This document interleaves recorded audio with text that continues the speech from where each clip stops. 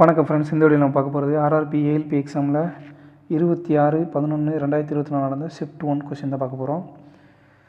So first question என்ன பார்த்தீங்கன்னா, first வந்து ஹரியானா ஜாப்ஸ் இவங்களுக்கு வந்து ஒரு தேங்க்ஸ் சொல்லிக்கலாம். ஏன்னா இவங்ககிட்ட இருந்தால் வந்து நம்ம வந்து பிடிஎஃப் வந்து டவுன்லோட் பண்ணோம். ஸோ ஃபஸ்ட் கொஸ்டின் என்ன பார்த்தீங்கன்னா, கொடுக்கப்பட்டதில் ஃபாலோயிங் டேட்டாவில் வந்து மோடுனா என்னென்னா தமிழில் வந்து முகடு வந்து 7 அப்படின்னா இதில் இருக்கக்கூடிய அந்த கேனுடைய மதிப்பு என்னன்னு கேட்டிருக்காங்க. 2k + 1 அப்படின்னா கேயோட மதிப்பு என்னன்னு கேட்டிருக்காங்க. முகடுனா வேறு ஒன்றும் இல்லைப்பா, இருக்கிறதுலே வந்து ஹையஸ்ட் வேல்யூ, இருக்கிறதுலே எந்த நம்பர் வந்து மோஸ்ட் நம்பர் ஆஃப் டைம்ஸ் வந்து ரிப்பீட் ஆகுது.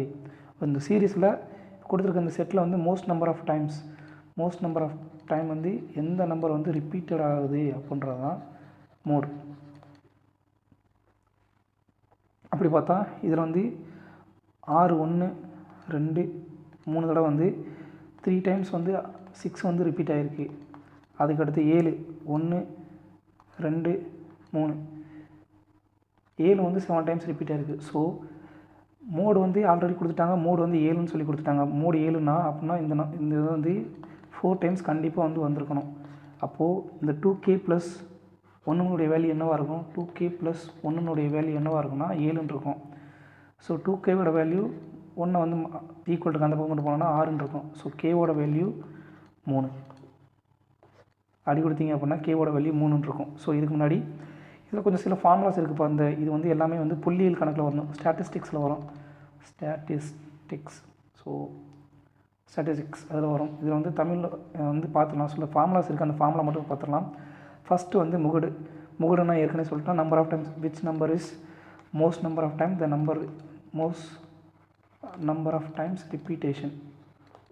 ரிப்பீட் ஆகக்கூடிய ஒரு எண்ணு தான் வந்து அந்த செட்டில் வந்து முகடுன்னு இருக்கும். தமிழில் வந்து முகடு. அடுத்ததாக மீடியன்னா தமிழில் வந்து இடைநிலைன்னு சொல்லி தமிழில் பேர். இடைநிலைனா என்னென்னா, இப்போ கொடுத்துருக்க அந்த செட்டை வந்து ஏறு வரிசையில் எழுதிட்டு, இப்போ உதாரணமாக ஒரு எக்ஸாம்பிளுக்கு வந்து சொல்கிறேன்.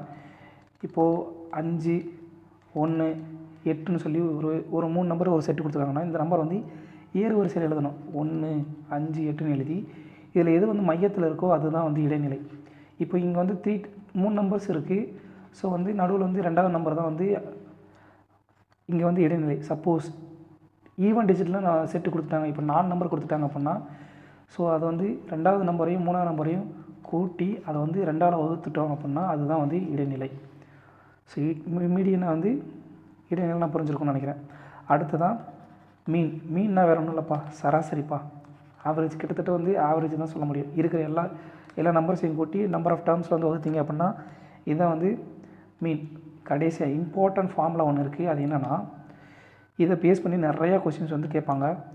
இப்போ மோட் மீன் அப்புறம் மீடியன், இது 3க்கும் வந்து ஒரு தொடர்பு இருக்குது. Mode is equal to 3 median minus 2 mean. இந்த ஃபார்முலா வந்து ரொம்ப ரொம்ப முக்கியமான ஃபார்முலா. இந்த ஃபார்மை பேஸ் பண்ணி வந்து நிறையா கொஸ்டின் கேட்பாங்க. ஸோ இந்த ஃபார்முலா வந்து நல்லா படிச்சுக்கோங்க. அதுக்கடுத்து இன்னொரு கடைசி ஒன்று சொல்லிட்டேன், ரேஞ்சுன்னு ஒரு ஃபார்முலா இருக்குது. ரேஞ்சுன்னு என்னென்னா வீச்சுன்னு சொல்லி தமிழில் சொல்லுவாங்க. வீச்சுனா வேறு ஒன்றும் இல்லை, இருக்கிறதுல ஹையஸ்ட் வேல்யூ என்னவோ, highest value minus lowest value, இது ரெண்டுக்குள்ள வித்தியாசம் தான் வந்து வீச்சு. ரேஞ்சுனா வேணும் இல்லை, இருக்கிறதுல ஹையஸ்ட் நம்பர் என்ன 10, இருக்கிற லோவஸ்ட் நம்பர் என்ன 2, இது ரெண்டுக்குள்ள வித்தியாசம் 8. ஸோ 8 தான் வந்து இந்த கணக்கினுடைய ரேஞ்ச். அவ்வளோதான். ஸோ இந்த கணக்கு வந்து புரிஞ்சிருக்குன்னு நினைக்கிறேன். இந்த முகடுனா என்ன தெரிஞ்சுக்கோங்க, மீடியன் என்ன தெரிஞ்சுக்கோங்க, மீன் என்ன தெரிஞ்சுக்கோங்க. அடுத்து இந்த 3க்குள்ள தொடர்பு, முகடு ஈக்குவல் டு 3 இடைநிலை மைனஸ் 2 சராசரி. இந்த ஃபார்முலா பேஸ் பண்ணி இந்த நிறையா கொஸ்டின் கேட்பாங்க. ஸோ இந்த ஃபார்முலா வந்து நல்லா தெரிஞ்சுக்கோங்க. அடுத்த கொஸ்டின் என்னென்னா, ஒருத்தனோட இன்கம் கொடுத்துருக்காங்க. அவன் இன்கமில் வந்து 20% வந்து செலவழிக்கிறான். எதுக்கு? வாடகைக்கு. 70% எதுக்கு செலவழிக்கிறான் அப்படின்னா வீட்டு செலவுக்காண்டி செலவழிக்கிறான். மீதி இருக்கிறதுல வந்து 70% செலவழிக்கிறான். அது போக மிச்சம் வந்து 1500 சேமிக்கிறான் அப்படின்னா அவனுடைய இன்கம் என்ன சொல்லியிருக்காங்க. ஸோ ஃபஸ்ட்டு வந்து அவனுடைய இன்கம் வந்து 100% வச்சுக்கலாம். 100% 100% வச்சுக்கிட்டோம்னா அப்படின்னா ஃபஸ்ட்டு வந்து 20% வந்து ஹவுஸ் ரெண்டுக்கு வந்து செலவழிக்கிறான். அது போக 100% வந்து 100 பிரின்சிபல்னு சொல்லி வச்சுக்கிறோம். அது போக மிச்சம் இருக்கிறது எவ்வளோ இருக்கும்? 80 பிரின்சிபல், 80% அமௌண்ட் இருக்கும். இதில் 70% செலவழிக்கிறான். அப்படின்னா எவ்வளவு இதோட அமௌண்ட் என்னவாக இருக்கும் அப்படின்னா அடி கொடுத்தீங்க அப்படின்னா 7 56%. ஆக்சுவலாக வந்து ஒரிஜினல் அமௌண்ட்லேருந்து 56% வந்து இவன் வந்து ஹவுஸ் ஹோல்டுக்கு வந்து செலவழிக்கிறான். ரிமைனிங் அமௌண்ட் 80 பிரின்சிபலில் வந்து 70% செலவழிக்கும் போது அது வந்து ஒரிஜினல் அமௌண்ட்டில் எவ்வளோவா இருக்கும் அப்படின்னா 56% செலவழிக்கிறான் ஒரிஜினல் அமௌண்ட்டில். இவன் வந்து ஆல்ரெடி ஒரு 20% வந்து ஒரிஜினல் அமௌண்ட் செலவழிச்சாச்சு, அடுத்து ஒரு 56% செலவழிச்சாச்சு. அப்போ டோட்டலாக இப்போ வரைக்கும் எவ்வளோ செலவழிச்சிருக்காங்க? 76% ஒரிஜினல் அமௌண்ட்டில் வந்து செலவழிச்சிருக்கான். அது போக மீதி இருக்கிறது எவ்வளவு, ரிமைனிங் எவ்வளோ இருக்குது அப்படின்னா 24% இருக்கும். இந்த 24% தான் வந்து சேவ் பண்ணுறான். அதுதான் வந்து எவ்வளோ கொடுத்துட்டான், ரிமைனிங் 24% வந்து 1800 சொல்லி கொடுத்துட்டான். அப்படின்னா 100% வந்து நம்ம கண்டுபிடிக்கணும், வேறு ஒன்றும் இல்லை. ஃபஸ்ட் 1% வந்து கண்டுபிடிக்கும். 1%னா 1800 வகுத்தல் 24 அடி கொடுத்தா என்ன வரும்? 6 அடி கொடுத்திங்கன்னா 30, 4 24. ஸோ அடி கொடுத்திங்க அப்படின்னா 30 வகுத்தல் 4 ஈக்குவல் டு 1% ஈக்குவல் டு 7.5 ரூபீஸ்ன்னு சொல்லி வரும். ஸோ 7.5 ரூபீஸ் அப்படின்னா ஆமாம் 7.5 ரூபீஸ்ன்னு சொல்லி வரும். அப்படின்னா 100% எவ்வளவு அப்படின்னா இதோட 100 சேர்த்திங்கன்னா ஒரு நிமிஷம் போடுங்க, 30 இல்லை 3018. ஸோ 300 வரும். 300 வகுத்தல் 4 75ன்னு சொல்லி வரும். 7.5 கிடையாது 75. ஸோ 100% எவ்வளோ வரும்? 7500 சொல்லி வரும். இவ்வளோ தான் என்ன கொடுத்துருக்கான். ஃபஸ்ட்டு வந்து 100% அமௌண்ட்டில் வந்து 20% செலவழிக்கலாம். 20% செலவழித்தது போக மீதி இருக்கிற அமௌண்ட்டில் ஒரிஜினல் அமௌண்ட் எவ்வளோ, மீதி இருக்கிற அமௌண்ட் 80%. அதில் வந்து 70% செலவழிக்கிறான். ரெஸ்ட் 70% செலவழித்தான் அப்படின்னா இந்த 70% எதுக்கு ஈக்குவலாக இருக்கும்? மீதி இருக்கிற அமௌண்ட் 80 ரூபா வந்து 70% செலவழிச்சானா அது வந்து ஒரிஜினல் அமௌண்ட் 100% எவ்வளோ செலவழிச்சிருப்பான் அப்படின்னா 56% செலவழிச்சிருப்பான். ஸோ ஃபஸ்ட்டு வந்து ஒரு 20% வந்து ஒரிஜினல் அமௌண்ட்டில் செலவழிச்சிட்டாங்க, ரெண்டாவது வந்து ஒரு 56% செலவழிச்சிட்டாங்க, மீதி இருக்கிற வந்து 24%. அது வந்து அடி கொடுத்தீங்க கடைசியில் அப்படின்னா அமௌண்ட் வந்து எவ்வளோ வரும்னா 7500 சொல்லி வரும். அடுத்த கணக்கு எல்சிஎம் கேட்டிருக்காங்கப்பா. எல்சிஎம்னா என்ன? 24, 42, 56 எல்சிஎம் கேட்டிருக்காங்க. ஃபஸ்ட்டு வந்து 7ஆல் அடி கொடுக்கலாம். 24 அப்படியே இருக்கும், 7ஆல் வகுப்படாது. ஸோ 6 42, 8 56. அப்புறம் எத்தனை 2ஆல் அடி கொடுக்கலாம். 12 2 24, 3 2 6, 4 2 8. ஸோ அடி கொடுத்தீங்க அப்படின்னா அப்புறம் 3ஆல் அடி கொடுத்தீங்கன்னா 4 1 4 இருக்கும். அடுத்து 4ஆல் அடி கொடுப்பீங்க. அடி கொடுத்தீங்கன்னா மிச்சம் என்ன இருக்கும்? ஸோ இது எல்லாத்தையும் மல்டிப்ளை பண்ணும். 7 × 2 × 3 × 4 7 12 14, 3 12. ஸோ 14 12 168 கரெக்டான ஆன்சர். அடுத்த question, find the total surface area of the cylinder whose radius is, அதாவது மொத்த புறப்பரப்பை வந்து கேட்டிருக்காங்க. மொத்த புறப்பரப்பை வந்து கேட்குறாங்க. இதனுடைய புறப்பரப்பு உருளையினுடைய மொத்த புறப்பரப்பு வந்து கேட்குறாங்க.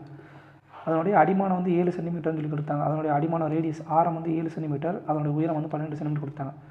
ஒரு உருளையினுடைய மொத்த புறப்பரப்பினுடைய ஃபார்முலா என்ன அப்படின்னா அது ஈஸியாக சொல்ல முடியும். உருளையினுடைய கர்வ்டு சர்ஃபேஸ் ஏரியா வளைவு பரப்பு எவ்வளவு அப்படின்னா 2πr/h. அதோடு இந்த 2 வட்டம் இருக்குது. வட்டத்தினுடைய இந்த 2 வட்டமும் முழுசாக அமையும். ஸோ வட்டத்தினுடைய இங்கே ஒரு வட்டத்தினுடைய பரப்பளவு πr², கீழே ஒரு வட்டம் πr², ரெண்டையும் கூட்டிங்கன்னா 2πr². ஸோ இதை வந்து காமன் எடுத்திங்கன்னா 2πr, காமன் எடுத்திங்கன்னா 2πr + h + rன்னு வரும். ஸோ இதுதான் வந்து total surface area of cylinder. ஒரு உருளையினுடைய மொத்த புறப்பரப்பினுடைய ஃபார்முலா என்னென்னா 2πr × h + r. இதில் வந்து இங்கே கணக்கில் பாருங்கள் எல்லாமே பையில் தான் இருக்குது. ஸோ பையை வந்து வேல்யூ நம்ம வந்து மாற்ற வேணாம். ஸோ அப்படியே டேரெக்டாக வச்சுக்கலாம். 2 × π × ரேடியஸ் என்ன கொடுத்துட்டான் 7 சென்டிமீட்டர் கொடுத்தான். ரெண்டுமே சென்டிமீட்டரில் தான் இருக்குது, யூனிட் வந்து சென்டிமீட்டரில் தான் இருக்கும். 7 சென்டிமீட்டர் × ஹைட் எவ்வளவு 12 சென்டிமீட்டர், ரேடியஸ் எவ்வளவு 7 சென்டிமீட்டர். ஸோ 12 × 12 7 கூட்டினோம்னா 19. ஸோ பெருக்கினீங்க அப்படின்னா 14 × 19 × πன்னு சொல்லி வரும். 14 19 எவ்வளவு? ஸோ 14 19 ஈஸியாக பெருக்கணும் அப்படின்னா 14 × 20 - 1 சொல்லி வச்சுக்கோங்க. 20 - 1 சொல்லி வச்சுக்கோங்க. வச்சுட்டிங்கன்னா 280 - 14 × π. 280 14 கழிச்சா 266 π cm². ஸோ இந்த ஃபார்முலா தெரிஞ்சுக்கணும். உருளையினுடைய டோட்டல் சர்ஃபேஸ் ஏரியா கேட்டாங்கன்னா 2πr × h+r. அதே இது கர்வ்டு சர்ஃபேஸ் ஏரியா புறப்பரப்பினுடைய ஃபார்முலா கேட்டாங்கன்னா 2πr h. இந்த ரெண்டும் நல்லா தெரிஞ்சுக்கோங்கப்பா. அடுத்தது எவாலுவேட் த எக்ஸ்பிரஷன். இது ரொம்ப எளிமையானது. முதல்ல வகுத்தல் 12 வகுத்தல் 4 3 3 × 2 6. ஸோ 13 - 6 7. அடுத்ததாக எவாலுவேட் த நம்பர். இவ்வளோ பெரிய நம்பர் கொடுத்துட்டாங்க அப்படின்னா இது பெருக்கிறது வந்து கஷ்டம். ஸோ இது வந்து ரொம்ப எளிமையாக பிரிக்கணும். இதை வந்து தெரிஞ்சுக்க வேண்டிய ஃபார்முலா என்னென்னா a + b × a - b = a² - b². இந்த ஃபார்முலா தெரிஞ்சிச்சுன்னா இந்த கணக்கு போகிறது ஈஸி. இப்போ 297 என்னவா எடுக்கலாம் அப்படின்னா 300 - 3ன்னு சொல்லி எடுக்கலாம். அதே 303 300 + 3ன்னு எடுக்கலாம். அவ்வளோதான் முடிஞ்சிருச்சு. a - b × a + b. Formula என்ன? a² + b². அப்போ 300² - 3². 3² என்ன? 9. 2 0 இருக்குது அப்படின்னா 3² 9. 2 0 இருக்கணும்னா அதை 4 0 மாற்றணும். ஸ்கொயர்னா 4 0 மாற்றியாச்சு. -9 கழிச்சிங்க அப்படின்னா 89991 சொல்லி வரும். So a + b × a - b a² - b² formula தெரியணும். அடுத்ததான் ஜக்கு வந்து ஒரு வேலையை வந்து ஒரு உடன் சேர் செய்கிறதுக்கு 3 நாள் ஆக்குறாரு. ராபு வந்து அதே சேரை வந்து 4 நாள் முடிக்கிறார். இவங்க 2 பேரும் சேர்ந்து எத்தனை நாட்களில் 14 சேர்களையும் வந்து முடிப்பாங்கன்னு சொல்லியிருக்காங்க. ஸோ ஓகே, இதுக்கு வந்து ஃபஸ்ட் நமக்கு தெரிஞ்சுக்க வேண்டியது டோட்டல் ஒர்க். இந்த ஃபார்முலா தெரிஞ்சுக்கிட்டிங்கன்னா கணக்கு வந்து easy. Total work = number of days into efficiency. ஒருவனுடைய திறனையும் அவனுடைய வேலை செய்யும் நாட்களையும் பெருக்குனீங்க அப்படின்னா வர்றது வந்து மொத்த வேலை. ஸோ வந்து இங்கே வந்து ஜக்கு இருக்கார், இங்கே வந்து ராபு இருக்கார். இவர் வந்து எத்தனை நாள் வேலை செய்கிறாரு? இப்போ வந்து நம்பர் ஆஃப் டேஸ், இங்கே வந்து டே, இங்கே டோட்டல் ஒர்க்கு, இங்கே வந்து எஃபிஷியன்சி. ஸோ இவர் 3, இவர் வந்து 4 நாள் வேலை முடிக்கிறார். ஸோ உங்களுடைய எல்சிஎம் எடுத்தீங்க அப்படின்னா 12. இது வந்து ஒரு சேர் வந்து டோட்டலில் 12ன்றது ஒரு சேரோட மதிப்பு இங்கே கணக்குப்படி. ஸோ இதோட எஃபிஷியன்சி என்ன வரும்? 3க்கு 4 எல்சிஎம் எடுத்திங்கன்னா 12. ஸோ அவரோட எஃபிஷியன்சி என்ன வரும்? ஜக்கோட எஃபிஷியன்சி 12 3 பார்த்தீங்கன்னா 4ன்னு வரும். ராபோட எஃபிஷியன்சி 3 சொல்லி வரும். ஸோ அவங்க 2 பேர் சேர்ந்து ஒரு நாளில் வந்து 7 எஃபிஷியன்சியில் வேலை வைப்பாங்க. ஜக்கு ப்ளஸ் ஒரு நிமிஷங்க, இவர் 4 இவர் 3. இவங்களோட எஃபிஷியன்சி, இவங்களோட திறன் வந்து ஒரு நாளைக்கு 4 வேலை 3 வேலை செஞ்சு முடிக்க முடியும். அதுக்கடுத்து இவங்க 2 பேர் சேர்ந்து ஒரே நாளில் செஞ்சாங்கன்னா 7 வேலை செய்வாங்க. 4 + 3 7. ஸோ இப்போ வந்து அவன் என்ன கணக்கில் கேட்டிருக்கான்? ஒரு சேர், ஒரு உடன் சேர்ன்றது இங்கே 12 மதிப்பு அப்படின்னா 14 சேர் என்னவாக இருக்கும்? 14 × 12ன்னு சொல்லியிருக்கோம். ஸோ இதை வந்து எத்தனை நாளில் முடிப்பாங்க அப்படின்னு சொல்லி தான் கேட்டிருக்கான். ஸோ நமக்கு வந்து அவங்களோட எஃபிஷியன்சி தெரியும். அவங்களோட எஃபிஷியன்சி அவங்க 2 பேரும் சேர்ந்து ஒரு நாளைக்கு 7 வேலை 7 அவங்களோட எஃபிஷியன்சி. அப்போது டோட்டல் ஒர்க் வகுத்தல் எஃபிஷியன்சி போச்சு அப்படின்னா நமக்கு கிடைக்கிறது நம்பர் ஆஃப் டேஸ். அவங்க எத்தனை நாளில் வந்து ஹவு மெனி டேஸில் வந்து இந்த வேலையை செஞ்சு முடிப்பாங்கன்னு கண்டுபிடிச்சிடலாம். அப்படி கொடுத்திங்கன்னா 2 × 12 24 டேஸ். அவ்வளோதான். இந்த ஃபார்முலா தெரியணுமையா? இந்த ஃபார்முலா தெரிஞ்சிச்சுன்னா ஓகே. அடுத்த கணக்கு இது வந்து முக்கியமான கணக்கு. இன்னும் ரெகுலர் பாலிகன் ஹேஸ் 20 டயகனல்ஸ். அதனால் number of sides of this polygon. ஒரு வந்து பலகோணம் ஒன்று கொடுத்துட்டாங்க, அதனுடைய அதில் வந்து 20 மூலை வட்டங்கள் இருக்கோம்னா அப்படின்னா அதில் வந்து எத்தனை பக்கங்கள் வச்சுருக்காங்க. இதுக்கு இன்னும் உள்ள ஃபார்முலா வந்து இந்த ஃபார்முலா தெரிஞ்சு வச்சுக்கோங்க. Number of diagonals. எந்த ஒரு பலகோணம் கொடுத்தா அதனுடைய டயகோனல்ஸ், அதனுடைய மூலை வட்டங்களை கண்டுபிடிக்கணும் அப்படின்னா அதில் ஃபார்முலா என்னன்னா n × n - 3 upon 2. இங்கே என்னன்றது என்னென்னா நம்பர் ஆஃப் சைட்ஸ். ஓகேவா? இங்கே நம்ம கணக்குப்படி என்ன கொடுத்துட்டாங்க? n = number of sides. 20 diagonals இருக்குன்னு சொல்லி கொடுத்தாங்க. n × n - 3 upon 2ல் போட்டிங்க அப்படின்னா என்ன வரும்? n × n - 3 = 40ன்னு சொல்லி வரும். பெருக்குனிங்கன்னா இங்கிட்ட இருக்க வகுத்தில் இருக்க 2 அங்கே போகும்போது 40,000. ஸோ இப்போ வந்து நமக்கு வந்து என்னோட வேல்யூ தெரியாது. இது உள்ளே கொண்டு போய் பெருக்குனிங்கன்னா n² - 3n - 40 = 0 அந்த மாதிரி வரும். சமன்பாடு மாதிரி வரும். இது ரொம்ப ஈஸியாக கண்டுபிடிக்கணும் அப்படின்னா நமக்கு என்ன கேட்கலாம்? நம்பர் ஆஃப் சைட்ஸ் தான் வந்துடலாம். இந்த வேல்யூஸ் எல்லாம் இந்த இடத்துல புட் பண்ணுங்கள். எண்ணுக்கு பதிலாக இந்த இடத்துல புட் பண்ணிங்கன்னா எது இந்த சமன்பாடு வந்து பூர்த்தி பண்ணுதோ அந்த நம்பர் தான் கரெக்டாக இருக்கும். ஸோ என்ன வந்து 5ன்னு எடுத்துக்கிட்டோம். ஃபஸ்ட் ஆப்ஷன் படி 5 × 5 - 3 2 = 10. ஸோ 5 வந்து கிடையாது. ரெண்டாவது 6ன்னு எடுத்துக்கிட்டோம்னா 6 × 6 - 3 3 6 - 18. ரெண்டாவதும் கிடையாது. மூணாவதில் 8 × 8 - 3 5 8 5 40. ஸோ இது வந்து கரெக்ட். ஸோ நம்பர் ஆஃப் டைனோஸ் ஃபார்முலா தெரிஞ்சிருந்துச்சி அப்படின்னா இந்த கணக்கு வந்து போடலாம். பாதி தெரிஞ்சதுக்கப்புறம் என்ன பண்ண போகிறீங்க அப்படின்னா சமன்பாடை வச்சு நீங்கள் போடுறது கஷ்டமாக இருக்கும். ஸோ வேல்யூ வந்து புட் பண்ணிடுங்க. Value pudding method, option use பண்ணுறோம். வேல்யூ புட் பண்ணல, ஆப்ஷன் யூஸ் பண்ணி நம்ம வந்து ஆன்சரை வந்து தேடுறோம். அடுத்த கொஸ்டின், ஒரு கார் 275 கிலோமீட்டரை 5 மணி நேரத்தில் கடக்கிறது. அதே காரோடைய வேகத்தை 5 கிலோமீட்டர் குறைச்சிடும் அப்படின்னா அந்த கார் வந்து 250 கிலோ டிஸ்டன்ஸை எவ்வளோ நேரத்தில் வந்து கடக்குன்னு சொல்லி கேட்டிருக்காங்க. Speed is equal to distance upon time. நமக்கு ஃபஸ்ட்டு கணக்கில் முதல்ல காரோட ஸ்பீடை வந்து நம்ம கண்டுபிடிச்சி அதில் வந்து 5 கிலோமீட்டர் வந்து ஸ்பீடை வந்து ரெடியூஸ் பண்ணிட்டோம் அப்படின்னா மீதி இருக்கிற இந்த டிஸ்டன்ஸில் அந்த புதுசாக கிடைக்கக்கூடிய அந்த ஸ்பீடை வந்து வகுத்தோம் அப்படின்னா டைமிங் வந்து நமக்கு கிடச்சிரும். அவ்வளோதான். ஃபஸ்ட்டு காரோட ஸ்பீடு என்ன, 275 கிலோமீட்டர் டிஸ்டன்ஸு. அது வந்து எவ்வளோ நேரத்தில் கிடக்குது, 5 மணி நேரத்தில் கிடக்குது. அப்படின்னா காரோடைய ஸ்பீடு எவ்வளவு அப்படி எடுத்திங்க அப்படின்னா 5 5 25 மிச்சம் 2 55 கிலோமீட்டர் பர் ஹவர்னு இருக்கும். ஃபஸ்ட்டு வந்து கார் வந்து போகிறது 55 கிலோமீட்டர் வேகத்தில் போகுது. இதில் வந்து 5 கிலோமீட்டர் வந்து மைனஸ் பண்ண சொல்லியிருக்காங்க. 5 கிலோமீட்டர் ரெண்டாவது டைமாக வந்து கார் என்ன ஆகுது, இப்போ வந்து 250 கிலோமீட்டர் வந்து பயணப்படுது.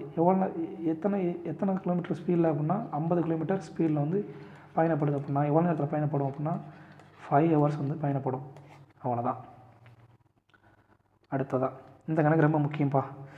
இது வந்து ஆக்சுவலாக ஃபஸ்ட்டு ஷிஃப்ட்டில் ஃபஸ்ட்டு டேயில் செகண்ட் ஷிஃப்ட்னு நினைக்கிறேன். ஐ திங்க் செகண்ட் ஷிஃப்ட்டில் கேட்ட கொஷின் அதே கொஷின் ரிப்பீட் ஆகிருக்கு. பட் என்னென்னா இங்கே ஸ்பீடு டிரைவரோட ஆளுடைய அகேன்ஸ்ட் ஸ்ட்ரீம் வந்து கேட்டிருக்காங்க. வேறு ஒன்றும் இல்லை, ஒரு டிரைவர் ஒரு மனிதன் வந்து 3 கிலோமீட்டர் வேகத்தில் வந்து நீச்சல் அடிக்கிறான்.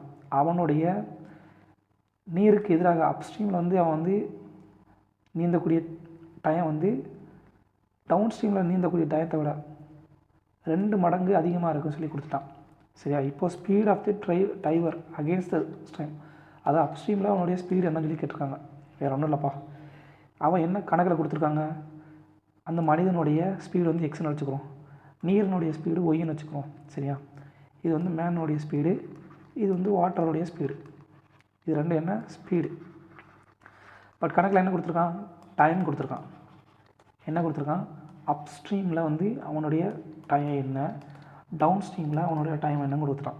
அப் ஸ்ட்ரீமில் என்னவாக இருக்குது, அப் ஸ்ட்ரீமில் வந்து 2 மடங்காக இருக்குது. எதோட ஒப்பிடும்போது, டவுன் ஸ்ட்ரீமோடு ஒப்பிடும்பொழுது. ஓகேவா? இது என்ன, இது எல்லாமே டயத்தினுடைய ரேஷியோ. நமக்கு என்ன தேவை, ஸ்பீடு தான் தேவை. கணக்கில் வந்து நமக்கு ஸ்பீடு தான் கேட்டிருக்கான். ஸோ ஸ்பீடுக்கும் டயத்துக்கு என்ன தொடர்பு, ஸ்பீடு வந்து டயத்தோடைய எதிர்மாறிலி.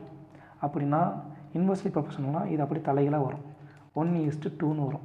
ஸோ அந்த மனிதன் வந்து அப்ஸ்ட்ரீமில் வந்து 1:2ன்ற வேகத்தில் வந்து அவன் வந்து பயணிப்பான். அப்ஸ்ட்ரீமில் வேகம் வந்து என்ன இருக்கும், 1 இருக்கும். டவுன் ஸ்ட்ரீமில் வேகம் வந்து வேகம் வந்து 2 இருக்கும். ஸோ அப்ஸ்ட்ரீமோட ஸ்பீடும் டவுன் ஸ்ட்ரீமோட ஸ்பீடும் நமக்கு கிடச்சிருச்சு அப்படின்னா ஒரு மனிதனுடைய ஸ்பீடோ இல்லை ஒரு நீரினுடைய ஸ்பீடோ நமக்கு கண்டுபிடிக்க முடியும். அது எப்படி அப்படின்னா, அப்ஸ்ட்ரீமோட ஸ்பீடு தெரியும், டவுன் ஸ்ட்ரீமோட ஸ்பீடு நமக்கு தெரியும். இப்படி தெரிஞ்சிருச்சு அப்படின்னா இப்போ என்ன பண்ணணும், ஒரு மனிதனுடைய ஸ்பீடு கண்டுபிடிக்கணும். அதே நேரத்தில் நீருடைய ஸ்பீடு கண்டுபிடிக்கணும்னா ரொம்ப ஈஸி. மனிதனுடைய ஸ்பீடு கண்டுபிடிக்கணும்னா அந்த அப்ஸ்ட்ரீம் டவுன் ஸ்ட்ரீம் ரெண்டையும் கூட்டிடுங்க, 2 + 1. அதே இது நீரினுடைய ஸ்பீடு கண்டுபிடிக்கணும்னா இந்த ரெண்டையும் கழிச்சிருங்க, 2 - 1. அவ்வளோதான். அப்போது ரேஷியோ என்ன இருக்கும், 3:1 சொல்லியிருக்கோம். இப்போது மனிதனுடைய ஸ்பீடு 3 பங்கு இருக்குது, நீரினுடைய ஸ்பீடு 1 பங்கு இருக்குது. மறுபடியும் சொல்கிறேன், அப்ஸ்ட்ரீமோட ஸ்பீடு நமக்கு தெரிஞ்சும் டவுன் ஸ்ட்ரீமோட ஸ்பீடு நமக்கு தெரிஞ்சிருச்சு அப்படின்னா அந்த மனிதனுடைய ஸ்பீடும் நீரினுடைய ஸ்பீடும் கண்டுபிடிக்கலாம். எப்படின்னா அப்ஸ்ட்ரீம் இந்த 2 அப்ஸ்ட்ரீம் டவுன் ஸ்ட்ரீம் ரெண்டையும் கூட்டினீங்கன்னா கிடைக்கிறது வந்து மனிதனுடைய ஸ்பீடு, ரெண்டையும் கழிச்சிங்க அப்படின்னா கிடைக்கிறது நீரினுடைய ஸ்பீடு. அவ்வளோதான். இப்போது 3 பங்குன்றது எவ்வளவு, அந்த மனிதன் எவ்வளோ வேகத்தில் நீந்துறான் அப்படின்னா 3 km/h வேகத்தில் நீந்துறான். ஆல்ரெடி கொடுத்துட்டாங்க. அப்போது 1 பங்கு என்னவாக இருக்கும், 1 km/h வேகம் தான் இருக்கும். 1 பங்குன்றது 1 km/h வேகம் தான் இருக்குது. 1 km/h வேகம் தான் நீருடைய இதாக இருக்கும், நீருடைய வேகமாக இருக்கும். இப்போ நமக்கு என்ன தேவை, அந்த மனிதன் வந்து அகெயின்ஸ்ட் த ஸ்ட்ரீம் என்ன, டவுன் ஸ்ட்ரீம், சாரிங்க டோட்டலாக இங்கே தப்பு பண்ணியிருக்கேன். இங்கே டவுன் ஸ்ட்ரீம் வரும், இங்கே அப்ஸ்ட்ரீம் வரும். நமக்கு என்ன தேவை? நமக்கு தேவையானது என்னென்னா அகெயின்ஸ்ட் த ஸ்ட்ரீம், அப்ஸ்ட்ரீம் தான் நமக்கு தேவை. அப்ஸ்ட்ரீமில் என்ன ஃபார்முலா? எக்ஸ் மைனஸ் ஒய், ரெண்டுக்குள்ள வித்தியாசம் 3 - 1 = 2 km/h. அவ்வளோதான். ஸோ இந்த இடத்துல நான் தப்பு பண்ணியிருக்கேன், பட் கான்செப்ட்லாம் கரெக்ட். வேறு ஒன்றும் இல்லைப்பா. ரெண்டாவது, டவுன் ஸ்ட்ரீம் அப் ஸ்ட்ரீம் ரெண்டுனுடைய ஸ்பீடோட ரேஷியோ நமக்கு கிடச்சிச்சின்னா, ஒரு மனிதனுடைய ஸ்பீடு கண்டுபிடிக்கணும் அப்படின்னா ரெண்டுடைய ரேஷியோவும் கூட்டிடுங்க. இதே நீருடைய ஸ்பீடு கண்டுபிடிக்கணும்னா 2 ரேஷியோ கழிச்சிருங்க. இவ்வளோ தான் கான்செப்ட். இது தெரிஞ்சிச்சுன்னா இந்த ஒட்டுமொத்த கணக்கும் ஈஸி.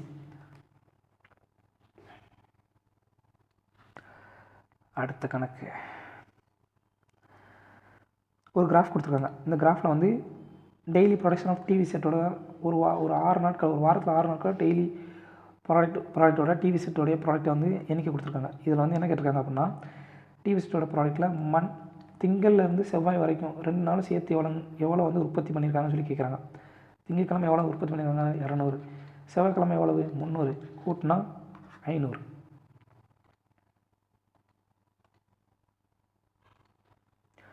அடுத்த கணக்கு, which of the following option represent 2 successive discounts are equivalent to a single discount 80%? அதாவது கொடுக்கப்பட்ட இந்த 2 டிஸ்கவுண்ட்டில் சக்ஸஸிவ் டிஸ்கவுண்ட்டில் எது வந்து ஒரு சிங்கிள் டிஸ்கவுண்ட் 84% வந்து குறிக்கும் அப்படின்னு சொல்லி கேட்டிருக்காங்க. இது வேறு ஆப்ஷனே கிடையாது. சக்ஸஸிவ் டிஸ்கவுண்ட் கொடுத்து சிங்கிள் டிஸ்கவுண்ட்டாக கேட்டாங்க அப்படின்னா அது formula A + B - A - B. இது எல்லா ஆப்ஷனும் யூஸ் பண்ணிட வேண்டியதான், வேறு வழியே கிடையாது. 3 + 70 - 3 × 70 எவ்வளோ வரும்? 30 30 100. 100 மைனஸ் இங்கே அடி கொடுத்தீங்க அப்படின்னா 21 - 21 எவ்வளோ வரும்னா 79% வரும். ஸோ ஆப்ஷன் 1 வந்து தப்பு. ரெண்டாவது ஆப்ஷன் என்ன? 20 + 80 - 20 × 80 upon 100. அடி கொடுத்தீங்க அடி கொடுத்தீங்க அப்படின்னா 2 0 16. 100 - 16 = 84%. ஸோ ஆப்ஷன் 2 வந்து கரெக்ட். Using the option. அடுத்ததான், a sum of 2-digit number and the number obtained by reversing the digit is, ஒரு நம்பர் கொடுத்துருக்காங்க, XYன்னு ஒரு நம்பர் கொடுத்துருக்காங்க. அந்த நம்பரும் அதனுடைய ரிவர்ஸ் YXையும் கூட்டினா வர நம்பர் என்னென்னா 99 தான். அது மட்டும் இல்லாமல் if the digits of the number differ by 5, இந்த 2 டிஜிட் எக்ஸுக்கும் ஒய்க்கும் உள்ள வித்தியாசம் 5ன்னு சொல்லி கொடுத்துட்டாங்க. அப்படின்னா அந்த 2 டிஜிட் நம்பர் என்ன சொல்லி கேட்டிருக்காங்க. இந்த கணக்கு பெட்டர் வே என்ன அப்படின்னா யூஸிங் த ஆப்ஷன் தான். ஸோ ஃபஸ்ட்டு 27 அதனுடைய டிஜிட் வந்து ரிவர்ஸ் பண்ணோம் அப்படின்னா 72. இது ரெண்டையும் கூட்டினா என்ன வருது? 99 வருது. ஸோ இது 2 கடையில் வித்தியாசம் 5. ஓகே, அப்போது ஆப்ஷன் 1 தான் கரெக்ட். 8க்கும் 3க்கும் உள்ள வித்தியாசம் 5. 1க்கு 6க்கு உள்ள வித்தியாசம் 5. 1க்கு 8க்கு உள்ள வித்தியாசம் 7. ஸோ இந்த ஆப்ஷன் வந்து ஃபஸ்ட்டே தப்பாயிடும். அடுத்து மிச்சம் இருக்க 3க்கு வந்து போட்டு பார்த்துட்டிங்கன்னா உங்களுக்கு தெரிஞ்ச 83 38 கூட்டிங்கன்னா 11 மிச்சம் 1 121. ஸோ இது வந்து ஆப்ஷன் கிடையாது. அடுத்து 16 61 7 7. ஸோ இதுவும் கிடையாது. ஸோ ஆப்ஷன் 1 தான் வந்து கரெக்ட். இந்த மாதிரி கணக்குக்கெல்லாம் மேக்ஸிமம் வந்து நம்பர் சிஸ்டம் கணக்குலாம் வந்து ஆப்ஷன் யூஸ் பண்ணிக்கோங்க. ஆப்ஷன் யூஸ் பண்ணி கணக்கு போட்டிங்கன்னா கொஞ்சம் வந்து ஈஸியாக டைமிங் வந்து உங்களால் சேவ் பண்ண முடியும். அடுத்த கொஸ்டின், ஒரு கோலம் வந்து கொடுத்துட்டாங்க. அந்த கோலத்தினுடைய ஆரம் வந்து 12 சென்டிமீட்டர். அதை உருக்கி சின்ன சின்ன சின்ன சின்ன சின்ன கோலமாக பண்ணுறாங்க. அப்படி பண்ணும்போதில் அதனுடைய ரேடியஸ் வந்து 2 சென்டிமீட்டர். அப்படின்னா எத்தனை ஸ்மால் ஸ்பியர்ஸ், எத்தனை சின்ன சின்ன கோலங்கள் வந்து உருவாகும் சொல்லி கேட்டிருக்காங்க. ஒரு பெரிய கோலம் இருக்குது, அந்த கோலத்தை உருக்கி சின்ன சின்ன சின்ன சின்ன சின்ன சின்ன கோலங்களாக உருவாக்குறாங்க, பந்து போல் உருவாக்குறாங்க. அப்படின்னா அதனுடைய எத்தனை நம்பர்ஸ் வந்து இருக்கும் அப்படின்னு சொல்லி கேட்டிருக்காங்க. வேறு ஒன்றும் இல்லை. கோலத்தினுடைய இப்போது இந்த பெரிய கோலத்துக்கும் இந்த சின்ன கோலத்துக்கும் என்ன ஒற்றுமை அப்படின்னா இது ரெண்டுனுடைய வால்யூமும் சேமாக தான் இருக்கும். சேமாக இருக்கும். ஸோ கோலத்தின் கொள்ளளவுக்கான ஃபார்முலா என்ன? 4/3 πr3. ஓகேவா? பெரிய கோலத்துக்கு என்ன இருக்கும்? 4/3 πr3 இருக்கும். n நம்பர் ஆஃப் சின்ன கோலத்துக்கு πr3 இருக்கும். இது பெரிய கேபிட்டல் ஆர் எடுத்துக்கலாம். ஸோ இதில் ரெண்டும் காமனாக எதாவது இருக்கோ அதெல்லாம் அடிச்சு விட்டுலாம். 4/3 π. அப்போது இங்கே r³ = number of into r³ இருக்கும். இங்கே ஆறுன்றது என்னது? 12 சென்டிமீட்டர். ஸோ 12³ 12 × 12 × 12 = n இன்ட்டு இங்கே ஆர் கியூப் என்னது, இங்கே ஆர் 2 சென்டிமீட்டர், 2 இன்ட்டு 2 இன்ட்டு 2 இதை அடி கொடுத்தீங்க அப்படின்னா எல்லாத்துலேயும் 6 இன்ட்டு 6 இன்ட்டு 6ன்னு இருக்கும். So n equal to 216, or cube 216, அவ்வளோதான். அடுத்ததான் ஒரு அமௌண்ட் வந்து ஒரு சம் ஆஃப் மணி வந்து 2 மடங்கு ஆகுது 10% அப்படின்னா தனி வட்டியில் எத்தனை வருடங்கள் வந்து ஒரு அமௌண்ட் வந்து 2 மடங்கு அது 10% ரேட் ஆஃப் பர்சன்ட்டில் வந்து சிம்பிள் இன்ட்ரெஸ்ட்டில் டபுள் ஆகுது அப்படின்னா எத்தனை வருஷத்தில் டபுள் ஆகும் சொல்லியிருக்காங்க. SI equal to PRT by 100. வேறு ஒன்றும் இல்லைப்பா, ஒரு அமௌண்ட் பின்றது என்னவாகுது 2 மடங்காக மாறுது. ஸோ அப்போ 2 மடங்காக மாறுது அப்படின்னா இதனுடைய அர்த்தம் என்ன, பி ப்ளஸ் பி. அப்போ ஒரு பீன்றது இந்த அசல் தான், இன்னொரு பீன்றது என்ன, வட்டி, எஸ்ஐ. ஸோ எஸ்ஐன்றது பி இன்ட்டு பி, எஸ்ஐக்கு பதிலாக பின்னு போட்டுக்கோங்க. P into R rate of interest என்ன 10 டைம் பை 100 அடி கொடுத்தீங்கன்னா பிஎம்பி அடி ஆயிரும். ஸோ இங்கே 1 இருக்கும் 10. ஸோ டைம் ஈக்குவல் டு 10 வருஷம். ஒரு அமௌண்ட் அதுவே மாறுறதுக்கு எவ்வளோ ஆகும், 10 வருஷம் ஆகும். அடுத்தது what percentage number from 1 to 70 both included have 7 digit in unit digit. அதாவது வேறு ஒன்றும் இல்லை, 1க்கும் 70க்கும் இடையில் இருக்கும் நம்பர்களில் எத்தனை எண்கள் அதனுடைய யூனிட் டிஜிட்டில் 1 7 கொண்டுள்ள எண்கள் எத்தனை சதவீதமாக இருக்கும். வேறு ஒன்றும் இல்லைப்பா, 1க்கும் 70க்கும் இடையில் இன்க்ளூடிங் இந்த 2 நம்பரையும் சேர்த்தியும் எத்தனை 1ல் முடிகிற மாதிரி எத்தனை நம்பர் இருக்குன்னு சொல்லி பார்த்துருவோமா. 1 21 31 41 51 61 71 வருமா, வராது, ஏன்னா 70 வரைக்கும் தான். ரைட். 7ல் முடிகிற மாதிரி எத்தனை நம்பர் இருக்கும், 7 17 இங்கே 11 வேறு வருங்களா, 11 17 27 37 47 57 67. ஸோ இதுதான் வந்து 1ல் முடிகிற மாதிரி டிஜிட்டும் 7ல் முடிகிற மாதிரியும் டிஜிட்டும் எங்கே 1லேருந்து 70 வரைக்கும் உள்ள நம்பர்ஸ். அடுத்ததாக இப்போ என்ன கேட்டிருக்காங்க அப்படின்னா இந்த டோட்டல் நம்பர்ஸ் வந்து இந்த மொத்த எண்களில் வந்து எத்தனை சதவீதம் கேட்குறாங்க. மொத்தம் எத்தனை நம்பர்ஸ் இருக்குது, 1லேருந்து 70 வரைக்கும் மொத்தம் எத்தனை நம்பர் இருக்கும், 70 நம்பர் இருக்கும். இங்கே யூனிட் டிஜிட் 1லையும் 7லையும் முடிகிற மாதிரி எத்தனை நம்பர் இருக்கும், 1 2 3 4 5 6 7 14 நம்பர் இருக்கும். ஸோ இது எத்தனை பர்சன்ட் அப்படின்னா அடி கொடுத்தீங்க அப்படின்னா 5 20 20%. வேறு ஒன்றும் இல்லைப்பா, மறுபடியும் சொல்கிறேன். 1லேருந்து 7 வரை உள்ள எண்களில் 1 மற்றும் 7ஐ கொண்டுள்ள எண்கள் எத்தனை சதவீதம் அதனுடைய யூனிட் டிஜிட் 1 மற்றும் 7 முடிகிற மாதிரி எத்தனை சதவீதத்தில் இருக்குன்னு சொல்லிக்கலாம். ஸோ டோட்டல் நம்பர்ஸ் 70, அதில் 14 எண்கள் வந்து 1ஆகவும் 7வும் யூனிட் டிஜிட்டில் முடிகிற மாதிரி இருக்கும். ஸோ அதோட பர்சன்டேஜ் எவ்வளோனா மொத்தம் 20%. அடுத்ததாக ஏஎஸ்டிபியோட வேல்யூ கொடுத்தாங்க. ஏஎஸ்டிபி என்ன கொடுத்துட்டாங்க, ஏஎஸ்டிபி ஈக்குவல் டு 3:2ன்னு கொடுத்துட்டாங்க. அடுத்ததாக பி:சி கொடுத்துட்டாங்க. பி:சி எவ்வளோ கொடுத்தாங்க, 3:2ன்னு சொல்லி கொடுத்தாங்க. ஸோ இங்கே நல்லா தெரிஞ்சுங்க, இந்த மாதிரி கணக்கு வந்துச்சுன்னா அப்படின்னா இங்கே சி எடுக்க போகிறோம், இங்கேயும் சி எடுக்க போகிறோம். இப்படி எடுத்துட்டோம் அப்படின்னா வேறு ஒன்றும் இல்லை, இது குழப்பிடும். இந்த மாதிரி இருந்துச்சுன்னா இது ரெண்டையும் வந்து 1 சமமாக்கணும், மீச்சியமாக எடுக்கணும். 2க்கு 3க்கு மீச்சியமாக எடுத்திங்கன்னா 6. ஸோ 6னா இந்த ஹோல் செட்டையும் வந்து இது 6ஆக மாற்றணும்னா இந்த ஹோல் செட்டையும் 3ஆல் மாற்றணும், 3ஆல் பெருக்கணும். ஸோ இந்த இதுக்கு மீச்சியமாக இது 6ஆக மாற்றோம்னா இந்த ஹோல் செட்டையும் 2ஆல் பெருக்கணும். அப்படி பெருக்கணும்னா வர்றது என்ன, இது ஏ, இது பி, இது சி. வர்றது என்ன 9:6 4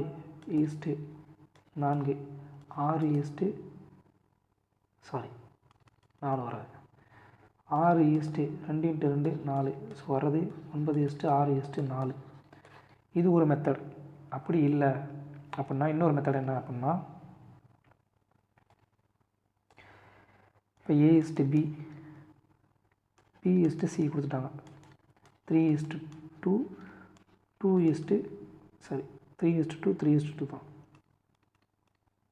3:2 ரெண்டாவது கணக்கில் வந்து 3:2 கொடுத்துட்டாங்க. இதுக்கு அடுத்து ஒரு கோடு போட்டுக்கணும் இந்த தசமத்துக்கு நேராக.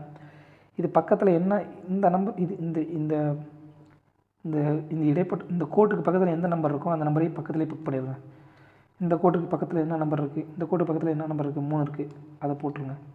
இது அப்படியே பெருக்கிடுங்க. 3 × 3 9, 2 × 3 6, 2 × 4 4. செய்வாதான். இதுதான் வந்து சிம்பிளாக செய்கிறது. இது இந்த மாதிரி மிச்சமாக எடுத்து செய்கிறது. அடுத்த கணக்கு வேல்யூ கேட்குறாங்கப்பா. Simplify the value. பாருங்கள், நம்பர் சிஸ்டத்தில் வந்து எத்தனை கொஸ்டின் வந்துருக்கு பாருங்கள். இந்த மாதிரி கொடுத்துட்டாங்க அப்படின்னா ஃபஸ்ட் வந்து இந்த இருக்கக்கூடிய ஒரிஜினல் நம்பர் என்னவோ அதை மட்டும் பாருங்க. இது ஒரிஜினல் நம்பர் எடுத்துக்கோங்க. 2 × 5 எவ்வளவு? 10. 2 × 5 எவ்வளவு? 10. இங்கே 3 ஸ்தானம் தள்ளி புள்ளி இருக்குது, இங்கே 1 ஸ்தானம் தள்ளி புள்ளி இருக்குது. ஸோ மொத்தம் எத்தனை ஸ்தானம் தள்ளி புள்ளி இருக்கணும்? அப்போ வர விடையில் 4 ஸ்தானம் தள்ளி புள்ளி இருக்கணும். 1 2 3 4 புள்ளி 0. ஸோ இதோட மதிப்பு என்னென்னா 0.001. ஸோ இந்த 1க்கு அப்புறம் 0ன்ற ஒரு வேல்யூ இருந்தாலும் ஒன்று தான், இல்லாமல் இருந்தாலும் ஒன்று தான். ஸோ ஒன்றுக்கு அடுத்து 0 இருந்துச்சுன்னா அதை வந்து விட்டுறலாம். அப்போ 0.001. முதல்ல இருக்கிற நம்பராக கொடுத்துருக்க நம்பரை வந்து பெருக்குங்க. அடுத்து இங்கே 3 டிஜிட் வந்து 3 புள்ளிக்கு அப்புறம் 3 டிஜிட் இருக்குது, இங்கே புள்ளிக்கு அப்புறம் 1 டிஜிட் இருக்குது. மொத்தத்தையும் கூட்டினா புள்ளிக்கு அப்புறம் 4 டிஜிட்டில் வரணும். ஸோ 10, அதுக்கு முன்னாடி 2 0 போட்டிங்கன்னா 4 டிஜிட்டில் வந்து புள்ளிக்கு அப்புறம் 4 டிஜிட் வந்துடும். ஸோ இந்த 1க்கு அப்புறம் 0 இருந்தாலும் ஒன்று தான், இல்லைனாலும் ஒன்று தான். அடுத்து தான் இந்த கணக்கு ரொம்ப முக்கியம்ப்பா. ஒரு மரம் வந்து இருக்குது. அந்த மரம் வந்து நேராக இருக்கிற மரம் வந்து உடஞ்சி விழுகுது. உடஞ்சி விழுகும்போது வந்து அது தரையோட தொடர்புல வந்து இருக்குது. அப்படி இருக்கும் பொழுது அதனுடைய இந்த மரத்தினுடைய ஹைட் வந்து எவ்வளோ கொடுத்துட்டாங்க? 24 மீட்டர்னு சொல்லி கொடுத்துட்டாங்க. இது வந்து இந்த மரம் வந்து இந்த மரம் வந்து 30 டிகிரி ஆங்கிளில் வந்து இந்த தரையை தொட்டு இருக்குன்னு சொல்லி கொடுத்துட்டாங்க. அப்படின்னா இந்த மரம் வந்து எந்த புள்ளியில் வந்து உடஞ்சிருக்கும் அப்படின்னு சொல்லி கேட்குறாங்க. அதாவது இதனுடைய இந்த ஹைட் வந்து கேட்குறாங்க. இந்த கணக்கு வந்து ஆல்ரெடி நான் வந்து ஏற்கனவே வந்து மொதல் வீடியோவில் வந்து சொல்லியிருப்பேன். இந்த ஃபார்முலா தெரிஞ்சிச்சுன்னா இந்த கணக்கு வந்து உங்களுக்கு ரொம்ப ஈஸி. இது ஃபார்முலா கிடையாது. இந்த 30 டிகிரி ஒரு செங்கோண முக்கோணத்தில் வந்து ஒரு ஆங்கிள் 30 டிகிரி, இன்னொரு டிகிரி 60 டிகிரி அப்படி இருந்துச்சு அப்படின்னா முக்கோணத்தின் 3 கோணங்களின் கூடுதல் வந்து 180 டிகிரி. ஸோ 30க்கு எதிர்பக்கம் அதனுடைய ரேஷியோ என்னவாக இருக்கும்? 1 இருக்கும். 60க்கு எதிர்பக்கம் என்னவாக இருக்கும்? ரேஷியோ 3 இருக்கும். செங்கோண முக்கோணத்துக்கு எதிர்பக்கம் என்னவாக இருக்கும்? 2 இருக்கும். இந்த கான்செப்ட் தான் இங்கே வந்து பயன்படுத்த போகிறோம். ஸோ அப்படி பார்த்தீங்கன்னா இது வேறு ஒன்றும் இல்லை.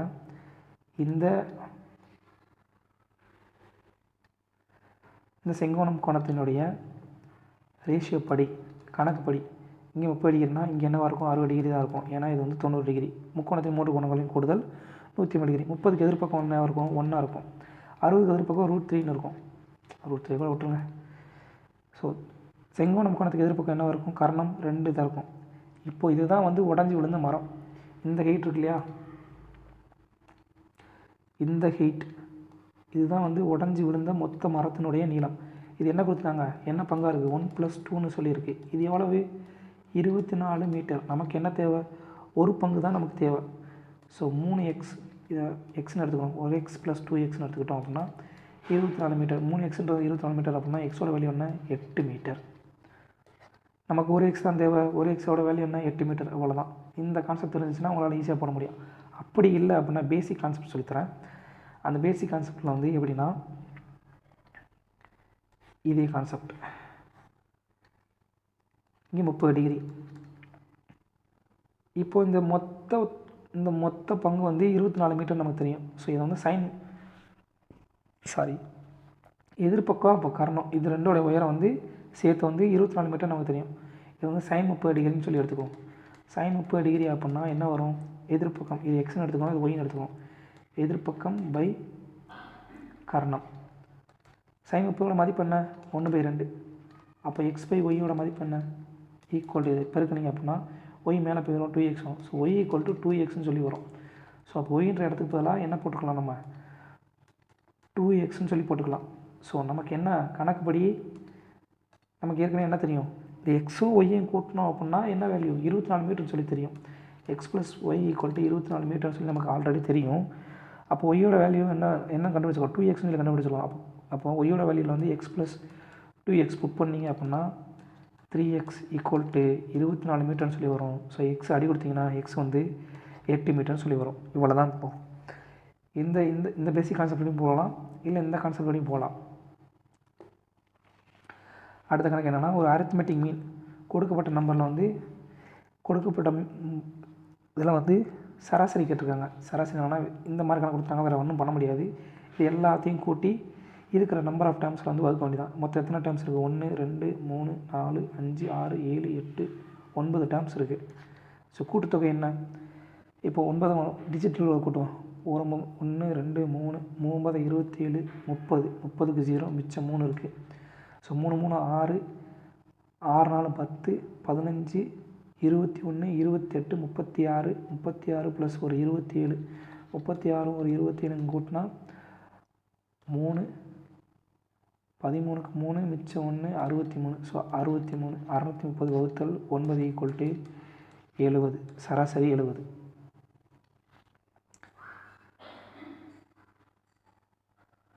அடுத்த கணக்கு ஒரு நிமிஷம்ப்பா.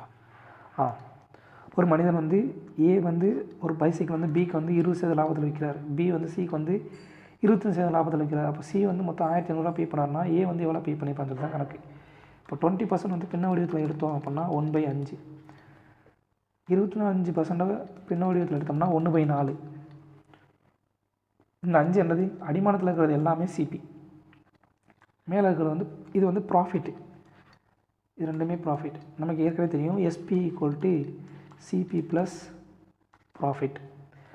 அதாவது விற்பனை விலை வந்து அடக்க விலையும் லாபத்தையும் கூட்டினோம்னா நமக்கு கிடைக்கிறது வந்து என்ன கிடைக்கும்னா விற்பனை விலை கிடைக்கும்.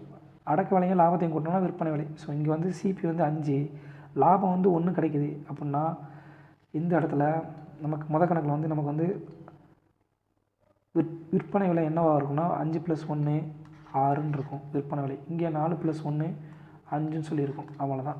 இந்த பேசிக்காக புரிஞ்சுட்டோன்னா அடுத்த கணக்கு ஈஸியாக போட்டுடலாம். ஏ வந்து பிக்கு பொருள் வைக்கிறாரு, அப்புறம் பி வந்து சிக்கு பொருள் வைக்கிறாரு. ஏ வந்து எவ்வளோ சதவீதம் லாபத்தில் வைக்கிறாரு? 20% லாபத்தில் வைக்கிறார்.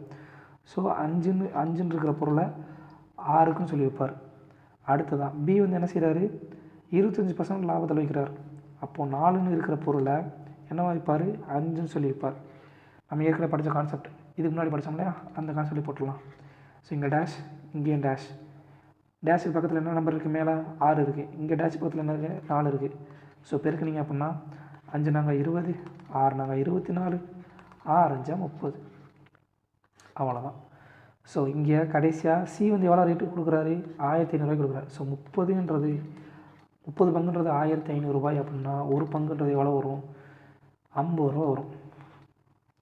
ஸோ நமக்கு என்ன தேவை? ஏ வந்து எவ்வளோ பே பண்ணியிருக்காங்க சொல்லுறது தேவை. ஸோ 20 × 50,000. அவ்வளோதான்ப்பா. இந்த பின்ன வடிவம் தெரிஞ்சிருச்சு அப்படின்னா இந்த கணக்கு வந்து ஈஸியாக போட்டுடலாம். ஸோ இவ்வளோ தான் ஃப்ரெண்ட்ஸ். தேங்க்யூ.